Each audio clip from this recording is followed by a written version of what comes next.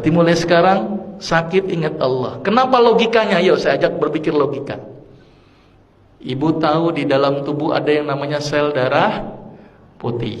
Apa fungsi sel darah putih? Untuk melawan kuman. Kalau ada kuman masuk, dia bergerak.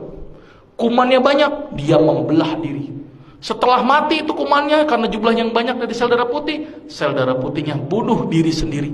Karena kalau nggak bunuh diri, kebanyakan sel darah putihnya. Pertanyaannya, siapa yang nyuruh sel darah putih? Kok gerak sendiri, belah diri sendiri, bunuh diri sendiri, siapa yang nyuruh? Nah ini yang tanda tanya. Dunia kedokteran nggak bisa menjawab. Ternyata dunia kedokteran menjawab, oh karena adanya kemoatraktan, sehingga mendekat dia kayak mencium aroma. Tapi kan dia bisa gerak, siapa yang gerakin? Terus dia membelah diri, dia tahu ini, oh jumlah bakterinya banyak, dia membelah. Setelah bakterinya habis, dia bingung, dia bunuh diri sendiri. Coba hebatnya sel darah putih. Siapa yang ngatur itu, Bu? Allah. Dan penelitian terbaru, sel darah putih bisa ngobatin plak pada didik pembuluh darah. Sel darah putih bisa ngobatin kanker. Berarti sel darah putih intinya dia bisa mengobati banyak aspek penyakit. Bahkan pengobatan kanker terbaru itu dengan menggunakan imunoterapi. Apa itu imunoterapi? Sel darah putih yang khusus untuk makanin kanker diternak di luar, dimasukin lagi. Dan harganya mahal sampai ratusan juta. Islam mengajarkan supaya imunnya aktif dengan apa, Ibu? Sholat tahajud, berbekam, minum habatus saudah dan madu.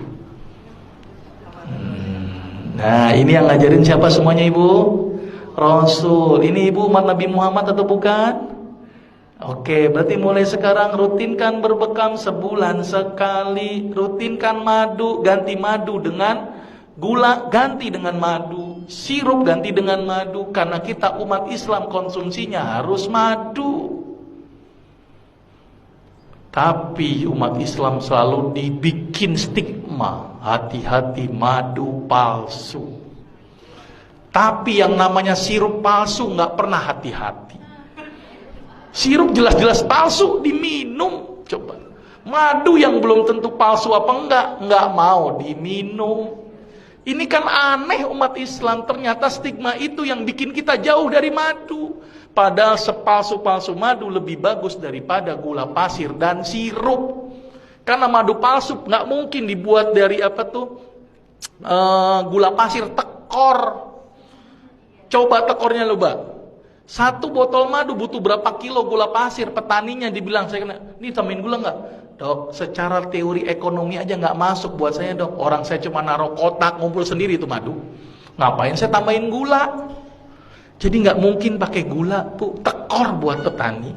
Paling mungkin namanya pakai CMC, karboksimetil selulose. Dan itu aman daripada gula pasir dan sirup. Jadi sepalsu-palsu madu lebih bagus daripada gula pasir dan sirup. Saking pengen yakinin masyarakat, sampai ada orang jual madu sampai bawa ember-ember sama sarang-sarangnya. Saking gak percaya. Sudah jelas, Ibu? Mulai sekarang ikuti apa yang Rasul lakukan. Sepakat ya? Sekarang mulai berubah. Kalau sakit ingatnya Allah dulu. Mungkin sebagai introspeksi, saya punya salah apa? Mungkin introspeksi, mungkin saya gara-gara ini. Coba makan saya yang salah. Introspeksi dulu. Terus kemudian perbaiki ibadah, dekatkan diri kepada Allah, bukan sama dokter. Dokter tuh nggak nyembuhin, Bu, cuman media. Obat yang diberikan itu hanya membantu, tapi yang menyembuhkan adalah konseptualnya adalah tubuh kita sendiri melalui Allah, Bu. Maka itu kalau sakit ingat Allah, ya. Ini paradigma sakit gimana, Ibu? Sakit seorang muslim, bahkan duri yang ngenain sekalipun, Allah akan ngapus dosa-dosa kita. Jadi kalau sakit harusnya bersyukur, karena dosanya dihapuskan. Sepakat, Ibu? Berarti kalau Ibu sekarang menerima sakit harusnya bersyukur. Berarti kalau ditambahkan nikmatnya dengan menambahkan sakit gimana, Ibu? Jadi harusnya senang, Bu, nggak apa-apa. Makin berat nggak apa-apa. Ya, karena ingat hidup kita di dunia hanya sementara, ada satu kehidupan yang tidak ada ujungnya yaitu akhirat, maka itu di dunia dijadikan satu kegiatan untuk ngumpulin amal. Jangan banyak berkeluh kesah, apalagi berobat kepada dukun. Aduh, hati-hati. Sekarang ustadz menjadi label untuk sebuah dukun, maka itu hati-hati. Nggak mungkin tulis praktek dukun udah nggak laku, ustadz. Hati-hati ditangkapnya ustadz apa itu? Nah, Guntur Bumi yang ditangkap itu ustadz loh, nggak bilang dukun, ya kan? Terus apa lagi? Ada yang mindahin ke kambing itu? Nah, itu juga ustadz, nggak dukun. Nah, hati-hati ya, semangat ya.